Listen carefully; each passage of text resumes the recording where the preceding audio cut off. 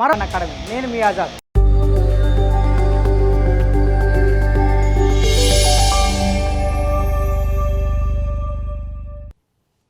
Indian railway finance corporation మనకి ఏదైనా ఒక సంస్థ నుండి ఒక నోటిఫికేషన్ వచ్చినప్పుడు ఆ నోటిఫికేషన్కు అప్లికేషన్ చేసుకోవడానికంటే ముందు అసలు ఆ నోటిఫికేషన్ ఏ సంస్థ నుండి వచ్చింది, ఆ సంస్థ యొక్క పూర్వపరాలను తెలుసుకున్న తర్వాతనే ఆ నోటిఫికేషన్కి అయితే అప్లికేషన్ చేసుకోవాలి. ఇప్పుడు ఈ నోటిఫికేషన్ ఏ సంస్థ నుండి వచ్చింది, ఏ సంస్థ నుండి వచ్చిందంటే ఇండియన్ రైల్వే ఫైనాన్స్ కార్పొరేషన్ అనే సంస్థ నుండి అయితే వచ్చింది. మరి ఈ ఇండియన్ రైల్వే ఫైనాన్స్ కార్పొరేషన్ సంస్థ ఎప్పుడు ఏర్పడింది, ఎందుకు ఏర్పడిందో మీకు తెలియాలి. ఇండియన్ రైల్వే ఫైనాన్స్ కార్పొరేషన్ మరి ఇది ఎప్పుడు ఏర్పడిందంటే 1986 డిసెంబర్ 12వ తారీఖు నాడు ఏర్పడింది. మరి ఈ ఐఆర్ఎఫ్సి కేంద్ర ప్రభుత్వ సంస్థనా లేకపోతే ప్రైవేట్ సంస్థనా అంటే ఇది కేంద్ర ప్రభుత్వ సంస్థ, అంటే ఇది ఒక ప్రభుత్వ రంగ సంస్థ. అంతేకాకుండా ఇది ఒక మినీరత్న హోదా పొందిన సంస్థ. కేటగిరీ 1 కింద మినీరత్న హోదా పొందింది. ఇది కేటగిరీ 1 మినీరత్న హోదా పొందింది. ఎప్పుడు పొందిందంటే 2008 సంవత్సరంలో పొందింది. మరి ఐఆర్ఎఫ్సి యొక్క ప్రధాన కార్యాలయం ఎక్కడుందంటే న్యూఢిల్లీలో ఉంది.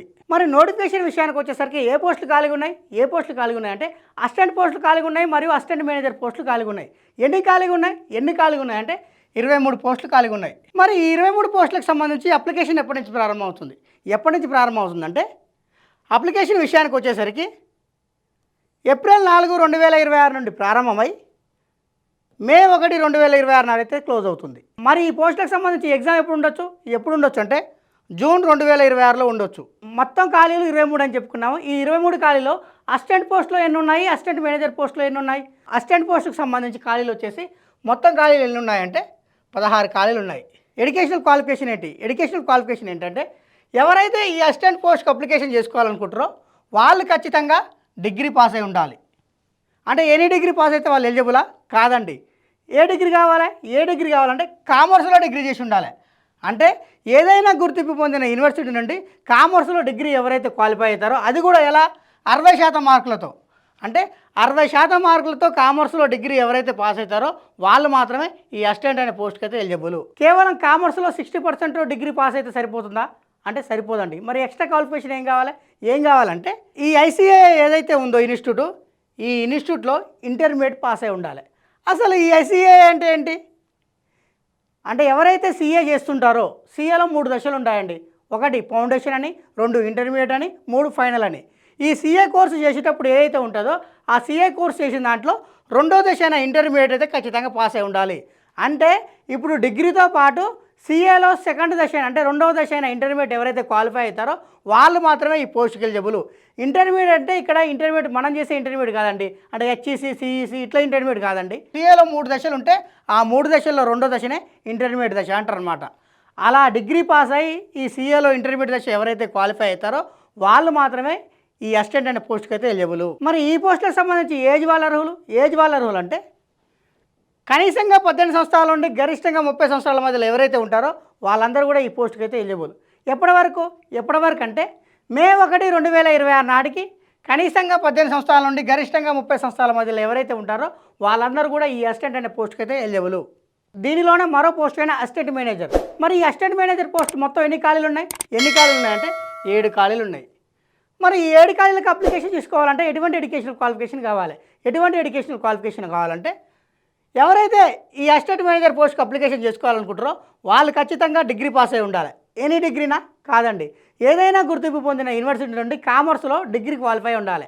అది కూడా ఎలా అంటే 60% మార్కులతో, అంటే కనీసం 60% మార్కులతో ఏదైనా గుర్తింపు పొందిన యూనివర్సిటీ నుండి కామర్స్లో డిగ్రీ ఎవరైతే క్వాలిఫై ఉంటారో వాళ్ళు మాత్రమే ఈ అసిస్టెంట్ మేనేజర్ అనే పోస్ట్కి అయితే ఎలిజిబుల్. మరి కేవలం డిగ్రీ పాస్ అయితే ఎలిజిబులా? మరి ఎక్స్ట్రా క్వాలిఫికేషన్ ఏం లేవా అంటే ఉన్నాయి. ఏమున్నాయంటే సీఏ లేదా సీఎంఏ నుండి ఇంటర్మీడియట్ పాస్ కావాలి. సీఏ లేదా సీఎంఏ నుండి ఇంటర్మీడియట్ పాస్ కావాలంటే ఇందాక చెప్పుకున్నాం సీఏ కోర్సు ఏదైతే చేస్తున్నామో ఆ కోర్సులో 3 దశలు ఉంటాయి. ఆ 3 దశల్లో 2వ దశ ఇంటర్మీడియట్ దశ అయితే ఖచ్చితంగా క్వాలిఫై కావాలి. ఇప్పుడు మొత్తానికి డిగ్రీ అంటే 60% మార్కులతో ఎవరైతే కామర్స్లో డిగ్రీ క్వాలిఫై అయ్యి సీఏ ఇంటర్మీడియట్ క్వాలిఫై అవుతారో వాళ్ళు మాత్రమే ఈ అసిస్టెంట్ మేనేజర్ అనే పోస్ట్కి మాత్రం ఎలిజిబుల్. మరి ఒకవేళ ఈ అసిస్టెంట్ మేనేజర్కి సంబంధించి సీఏ ఇంటర్మీడియట్ క్వాలిఫై కాలేదు, మరి ఇంకేమైనా ఎక్స్ట్రా క్వాలిఫికేషన్ ఉంటే ఎలిజిబుల్ ఉందా అంటే ఉన్నది. ఏముండాలి మరి దానికి? ఏముండాలంటే 2 సంవత్సరాలు రెగ్యులర్ MBA ఫైనాన్స్లో ఎవరైతే చేసి ఉంటారో వాళ్ళు కూడా ఈ అసిస్టెంట్ మేనేజర్ పోస్ట్కి అయితే ఎలిజిబుల్. మరి ఈ అసిస్టెంట్ మేనేజర్ పోస్ట్కి అప్లికేషన్ చేసుకోవాలంటే ఎంత ఏజ్ ఉండాలి? ఎంత ఏజ్ ఉండాలంటే కనీసంగా 18 సంవత్సరాలు ఉండాలి, గరిష్టంగా 30 సంవత్సరాలు ఉండాలి. ఎప్పటి వరకు అంటే మే 1, 2026 నాటికి కనీసంగా 18 సంవత్సరాల నుండి గరిష్టంగా 30 సంవత్సరాల మధ్య ఎవరైతే ఉంటారో వాళ్ళు మాత్రమే ఈ అసిస్టెంట్ మేనేజర్ అనే పోస్ట్కి అయితే ఎలిజిబుల్. మరి ఈ పోస్టులకు సంబంధించి ఏజ్ రిలాక్సేషన్ ఉందా అంటే ఉన్నది. ఎంత ఉందంటే ఎస్సీ వాళ్ళకు, ఎస్టీ వాళ్ళకైతేనేమో 5 సంవత్సరాల ఏజ్ రిలాక్సేషన్ ఉన్నది. అదే ఓబీసీ వాళ్ళు నాన్ క్రిమిలియర్ ఎవరైతే ఉన్నారో వాళ్ళకు వచ్చేసి 3 సంవత్సరాలు ఉన్నది. ఫిజికల్లీ హ్యాండిక్యాప్డ్ ఎవరైతే ఉన్నారో వాళ్ళకు వచ్చేసి 10 సంవత్సరాల ఏజ్ రిలాక్సేషన్ అయితే ఉన్నది. మరి ఈ పోస్టులకు సంబంధించి సెలక్షన్ ఎలా ఉంటుంది? సెలక్షన్ విషయానికి వచ్చేసరికి ఒక్కొక్క పోస్టుకి అయితే ఒక్కొక్క రకంగా సెలక్షన్ అయితే ఉన్నది. ఇప్పుడు మనం అసిస్టెంట్ పోస్టుకు సంబంధించి సెలక్షన్ ఎలా ఉందో తెలుసుకుందాం. అసిస్టెంట్ పోస్టుకు సంబంధించి సెలక్షన్ విషయంలో మొత్తం వచ్చేసి 3 దశలు అయితే ఉన్నాయి. మొదటి దశలో కంప్యూటర్ బేస్డ్ ఎగ్జామ్ ఉంటుంది, రెండో దశలో డాక్యుమెంట్ వెరిఫికేషన్ ఉంటుంది, మూడో దశలో మాత్రం మెడికల్ టెస్ట్ ఉంటుంది. ఈ అసిస్టెంట్ పోస్టుకి అయితే ఇంటర్వ్యూ అయితే లేదు. అదే అసిస్టెంట్ మేనేజర్ పోస్టుకు సంబంధించి మొత్తం 4 దశలు ఉంటుంది. అందులో మొదటి దశలో కంప్యూటర్ బేస్డ్ ఎగ్జామ్ ఉంటుంది, రెండో దశ వచ్చేసి డాక్యుమెంట్ వెరిఫికేషన్ ఉంటుంది, మూడో దశ వచ్చేసి ఇంటర్వ్యూ ఉంటుంది, నాలుగో దశ వచ్చేసి మెడికల్ టెస్ట్ అయితే ఉంటుంది. మరి ఈ పోస్టులకు సంబంధించి ఎగ్జామ్ ప్యాటర్న్ ఎలా ఉంటుంది? ఎగ్జామ్ ప్యాటర్న్ విషయానికి వచ్చేసరికి ఎగ్జామ్ అయితే కంప్యూటర్ బేస్డ్ ఎగ్జామ్ అండి. ఈ కంప్యూటర్ బేస్డ్ ఎగ్జామ్లో 2 పార్ట్లు ఉంటాయి, పార్ట్ ఏ అని పార్ట్ బి అని. 2 పార్ట్లకు సంబంధించి మొత్తం వచ్చేసి 100 క్వశ్చన్స్ ఉంటాయి, 100 మార్కులు ఉంటుంది. నెగిటివ్ మార్కింగ్ ఉంటుందంటే నెగిటివ్ మార్కింగ్ ఉంటుంది. ఎంత ఉంటుందంటే 1/4 అయితే ఉంటుంది నెగిటివ్ మార్కింగ్. అంటే 4 తప్పు అయితే 1 మార్క్ అయితే కోల్పోతారు. మరి పార్ట్ ఏకి సంబంధించి సిలబస్ ఏంటి? సిలబస్ విషయానికి వచ్చేసరికి పార్ట్ ఏ వచ్చేసి మొత్తం 50 మార్కులు అండి. ఈ 50 మార్కుల్లో మ్యాథమెటిక్స్ లేదా న్యూమరికల్ ఎబిలిటీ వచ్చేసి 20 మార్కులు, అదే జనరల్ అవేర్నెస్ వచ్చేసి 10 మార్కులు, అదే లాజికల్ రీజనింగ్ లేదా జనరల్ ఇంటెలిజెన్స్ వచ్చేసి 10 మార్కులు, నాలెడ్జ్ అబౌట్ రైల్వేస్ లేదా ఐఆర్ఎఫ్స్ వచ్చేసి 10 మార్కులు. అంటే 10 క్వశ్చన్స్ మరి 10 మార్కులు, మొత్తం వచ్చేసి 50 క్వశ్చన్స్ 50 మార్కులు. మరి పార్ట్ బి విషయానికి వచ్చేసరికి సిలబస్ ఏంటంటే అసిస్టెంట్ పోస్ట్కి ఒక విధంగాను, అసిస్టెంట్ మేనేజర్కి ఒక విధంగాను సిలబస్ అయితే ఉన్నది. అసిస్టెంట్ పోస్ట్కి సంబంధించి సిలబస్ వచ్చేసి corporate accounting, income tax law and practice, indirect tax laws, corporate laws, computer application, business management principles and applications, fundamentals of financial management, auditing and corporate governance, financial reporting and analysis, project management, e filing, వీటిని అయితే టాపిక్స్గా పేర్కొనడం జరిగింది. అదే assistant మేనేజర్కి సంబంధించి accounting and India as standards అయితే సిలబస్గా అయితే పేర్కొనడం జరిగింది. ఈ అసిస్టెంట్కి సంబంధించి మొత్తం మార్కులు 50, ఈ అసిస్టెంట్ మేనేజర్ సంబంధించి మొత్తం మార్కులు అయితే 50. ఓవరాల్గా పార్ట్ ఏ పార్ట్ బి సంబంధించి 100 క్వశ్చన్స్ 100 మార్కులు, టైం వచ్చేసి 90 నిమిషాలు. మరి ఈ ఎగ్జామ్ సంబంధించి క్వాలిఫై మార్కులు ఎన్ని అంటే జనరల్ వాళ్ళకు, ఈడబ్ల్యూఎస్ వాళ్ళకి అయితే 40% మార్కులు రావాలి. ఎస్సీ వాళ్ళు లేదా ఓబీసీ వాళ్ళకైతే 30% మార్కులు రావాలి. ఎస్టీ వాళ్ళు ఎవరైతే ఉన్నారో వాళ్ళకి వచ్చేసి 20% మార్కులు అయితే రావాలి. మరి ఈ పోస్టులకు సంబంధించి ఎగ్జామ్ సెంటర్స్ ఎక్కడెక్కడ ఇచ్చాడంటే ఢిల్లీ, కోల్కతా, ముంబై, చెన్నై, ఈ 4టి మాత్రమే ఎగ్జామ్ సెంటర్ అయితే ఇవ్వడం జరిగింది. మనకైతే హైదరాబాద్కి అయితే ఎగ్జామ్ సెంటర్ లేదండి. మరి ఈ పోస్ట్కి ఎంపికైన వారికి జీతం ఎంత ఉంటుంది? జీతం విషయానికి వచ్చేసరికి అసిస్టెంట్ పోస్ట్కి విషయానికి వచ్చేసరికి జీతం వచ్చేసి 21,000 నుంచి 74,000 మధ్యన అయితే జీతం అయితే ఉంటుంది. అదే అసిస్టెంట్ మేనేజర్ పోస్టుకి సంబంధించి జీతం వచ్చేసి 40,000 నుంచి 1,40,000 మధ్య అయితే జీతం ఉంటుంది.